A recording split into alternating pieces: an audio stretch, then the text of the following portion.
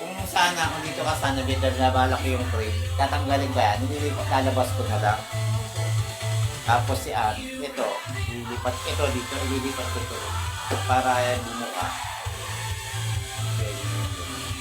Diyan siya, diyan. Halaga na lang ng electric fan. Para may electric fan siya. Kasi dito kaiga, muna. Kaya pwede na po yun. Pag muna, Kaya po kasi job, pagkapanganak na, huwag muna. Pero pag pwede na po. Oo, pwede na po. bayan mo muna kasi, may hirap yung pag gusto mo rin may privacy doon, wag gusto mo makano na doon. Kaya nga lang dapat, napalaki yata, napalaki yung higaan na tsaka yung bata sana. Pagka gusto matulog, halimbawa, may ilaw, alaga ng electric fan. Tapos Kasi ang sabi po ni Jeff, hindi din pwede mag-stay yung bata. Oo, madilim. Pag nagluluto po kahit dito. Oo, hindi nga rin libre.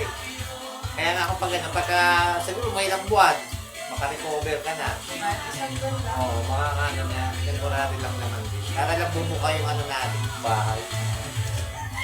Kasi subukan ko pag gano'n, nakakainin yung pinto. Wala, hindi pwede. Yung ito sana yung rep, may mapasok sa loob. Pwede na. Hindi may pasok, walang paglalagyan din. Nanay! May sinabi si Teacher Lely.